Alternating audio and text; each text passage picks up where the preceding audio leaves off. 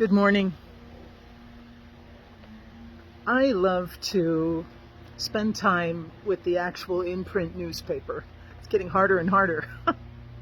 I like to do the crossword puzzles and the Sudoku and ultimately, beside the news, read the obituaries. And I was reading one this morning, actually reading them all, and have you ever noticed that sometimes they come in waves, pages and pages of people who've gone on, and other times just one or two? Interesting.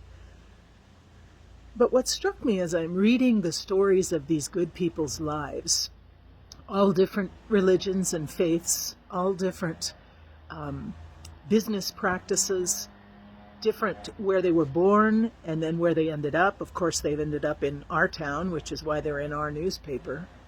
But what struck me in reading about their passions during their life and the deep gratitude that many of their families are expressing in these obituaries is the fact that these people paid attention to what they had in their hands at the moment. They dedicated themselves to the law, to journalism, to construction.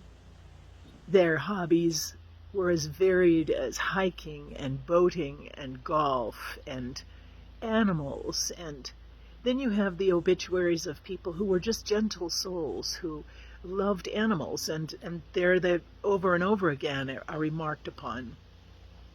And it struck me, and we've talked about obituaries before in the past, but it struck me how important it is that we each do our bit, that we each do our part while we are alive. That regardless of what we do, one of the people I read today had been in intelligence, working for the U.S. government, doing his part while he had that role, while he lived. And if you and I are looking at our lives for one big splashy moment that we can point to say my life had meaning, I think we're looking at the wrong thing. It's the little things, compounded one on top of another, that really show we are committed to the world in which we live and to those with whom we share the planet. Today, in COVID, there are many ways to do our bit, to do our part for the good of all humanity, and not just for our own sense of freedom or our own likes and dislikes. But it did strike me that are we satisfied with the part that we play in the world in which we live today? And if we're not, could we ramp it up a bit? Could you add volunteering to your schedule?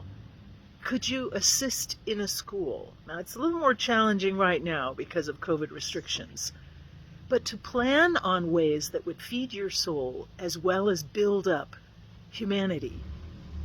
Perhaps your work would be in a civic organization or in the church. It doesn't matter. You'd be doing your part, contributing to the overall well-being of the world in which we live. It's a beautiful consideration, and I love it that the lives of people who've gone before me have inspired this video today. Can we be satisfied with the part we're playing? And if we're not, what can we add to it without looking for that big newspaper headline that for many of us, most of us, will never come? It really doesn't matter how many people show up for your funeral. You'll be there in spirit, but you won't be taking up any room in the pew. So don't worry about the big splash and the weight of your life. Do little things well, as Mother Teresa said, and be happy with those little things, content, offering a sense of love and joy and peace in the work that you do. Doing my part also means that I'm going to start cutting back the videos to one time a week. And we'll ride that out till the end of the year. This has been just a wonderful opportunity to be with you and meet with you, and there will be more opportunities. We'll just be modifying this going forward.